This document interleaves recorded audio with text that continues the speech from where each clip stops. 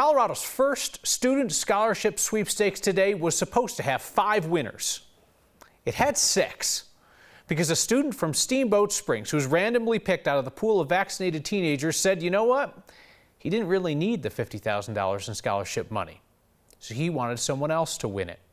Toby Morse told our Marshall Zellinger it was a no-brainer.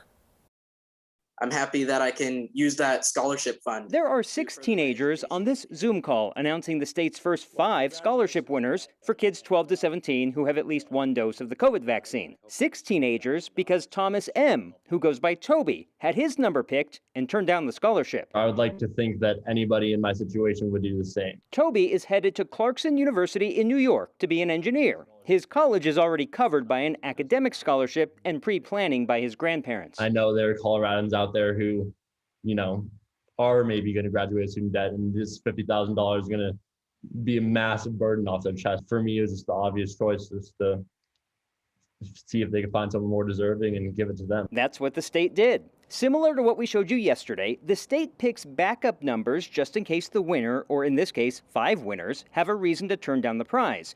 Toby and his mom, Meg, do not know which of the other 5 won because of him. No, the only thing we heard was just that when they reached out to the person, they were, had the reaction we were hoping for, which was this makes it really possible, right? Like, this was something that has now made it much easier for me to contemplate the college process. Even though Toby turned down the money, his win shows how the random drawing machine does not care about where you live in Colorado, an issue brought up about the 18 and older $1 million drawing last night on Next. Gary writes in about the state's vaccine sweepstakes. He says, my fear, as random as it all should be, is that all of the winners of the $1 million will be from the Front Range. Toby is from Steamboat Springs. The 5 scholarship winners that took the money are from Mesa County, Centennial, Littleton, Boulder, and Longmont.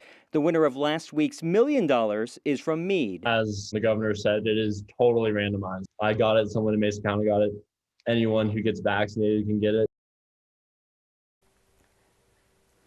Now, Toby did not get vaccinated because of the contest, and actually his first vaccine dose, Kyle, happened in New Mexico. So for all the doubters out there about the CIIS, the state's sweepstakes website, that's proof that you can be in the database and have your first dose outside of the state. His mom, an educator, hopes the contest will nudge people who are on the fence about vaccinations. There are 156,000 or so 12 to 17-year-olds currently with 1 dose of the vaccine, Kyle, so the odds of winning the scholarship tough, but still exponentially better than the $1 million drawing.